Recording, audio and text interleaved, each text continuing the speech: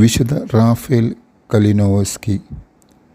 Nobility കോളേജിലെ പ്രൊഫസറായ Andrew കലിനോവസ്കിയുടെയും ജോസഫ പോയിയോൻസ്ക കലിനോവസ്കിയുടെയും മകനായിട്ടായിരുന്നു വിശുദ്ധ Rafale കലിനോവസ്കിയുടെ ജനനം. തൻ്റെ പിതാവിൻ്റെ സ്കൂളിൽ തന്നെയാണ് അദ്ദേഹവും പഠിച്ചത്. പൗരോഹിത്യത്തിലേക്കുള്ള ഒരു ഉൾവിളി ഉണ്ടായെങ്കിലും കോളേജ് വിദ്യാഭ്യാസം പൂർത്തിയാക്കുവാനാണ് അദ്ദേഹം ആഗ്രഹിച്ചത്. റഷ്യയിലെ ഹോരി ഹോർക്കി അഗ്രോണമി ഇൻസ്റ്റിറ്റ്യൂട്ടിൽ നിന്നും സെയിൻറ്റ് പീറ്റേഴ്സ്ബർഗിലെ മിലിറ്ററി എഞ്ചിനീയറിംഗ് അക്കാഡമിയിൽ നിന്നുമായി അദ്ദേഹം ജന്തുശാസ്ത്രം, രസതന്ത്രം, കൃഷിശാസ്ത്രവും പഠിച്ചു. 1857 റഷ്യൻ മിലിറ്ററിയിൽ ലഫ്റ്റനൻ്റായി. ഇദ്ദേഹമാണ് കുസ്ക്, ഒഡേസെ എന്ന സ്ഥലങ്ങൾക്കിടയിൽ റെയിൽ ഗതാഗത നിർമ്മാണത്തിൻ്റെ പദ്ധതിയും മേൽനോട്ടവും വഹിച്ചത്. 1862 ക്യാപ്റ്റനായി സ്ഥാനക്കയറ്റം ലഭിച്ചു. ബ്രസ്റ്റ് ലിറ്റോവ്സ്ക് എന്ന സ്ഥലത്തായിരുന്നു നിയമനം. അവിടെ വിശുദ്ധൻ മതപഠന ക്ലാസുകൾ ആരംഭിക്കുകയും അനേകരെ വിശ്വാസത്തിലേക്ക് ആനയിക്കുകയും ചെയ്തു. അതിൻ്റെ സർവ്വചിലവുകളും അദ്ദേഹമാണ് വഹിച്ചിരുന്നത്. താൽപ്പര്യമുള്ള ആർക്കും ഇവിടെ പഠിക്കാമായിരുന്നു. 1863 ഉണ്ടായ പോളിഷ് കലാപത്തെ വിശുദ്ധൻ പിന്തുണച്ചു.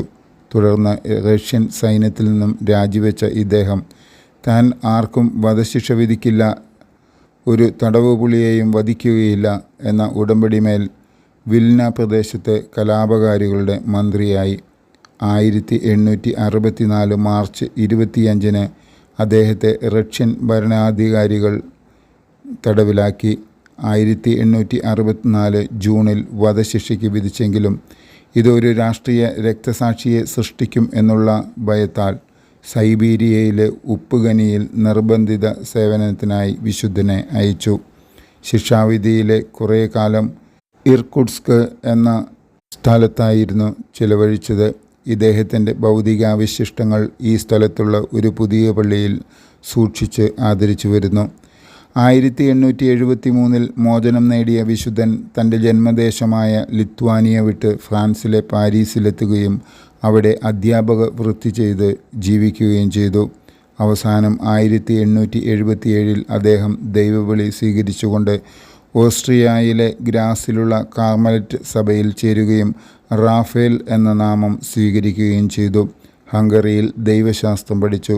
പിന്നീട് പോളണ്ടിലുള്ള സമായിലുള്ള കാർമലൈറ്റ് ആശ്രമത്തിൽ ചേരുകയും 1882 ജനുവരി 15 അഭിഷിക്തനാവുകയും ചെയ്തു.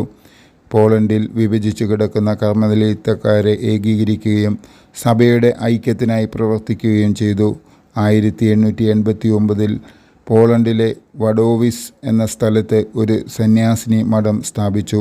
വാഴ്ത്തപ്പെട്ട അൽഫോൻസസ് മേരി മാരൂരേക്കിനോടൊപ്പം വിശുദ്ധൻ പ്രവർത്തിച്ചിട്ടുണ്ട്. കത്തോലിക്കർക്കിടയിലും ഓർത്തഡോക്സ് ക്രൈസ്തവർക്കിടയിലും ആധ്യാത്മിക നിയന്താവ് എന്ന നിലയിൽ വിശുദ്ധൻ പ്രശസ്തനാണ്. ഉത്സുകിയായ ഇടവക വികാരി എന്ന നിലയിൽ മണിക്കൂറുകളോളം ഇദ്ദേഹം ഇടവക ജനത്തിനിടയിൽ കുമ്പസാരത്തിനും മറ്റ് ഭക്തികാര്യങ്ങൾക്കുമായി വിശുദ്ധൻ ചിലവഴിച്ചിട്ടുണ്ട്. 1983 ജൂൺ 22 പോളണ്ടിലെ ക്രാക്കോവിൽ വെച്ച് ജോൺ പോൾ II മാർപ്പാപ്പ വിശുദ്ധ പദവിയിലേക്ക് ഇദ്ദേഹത്തെ ഉയർത്തി.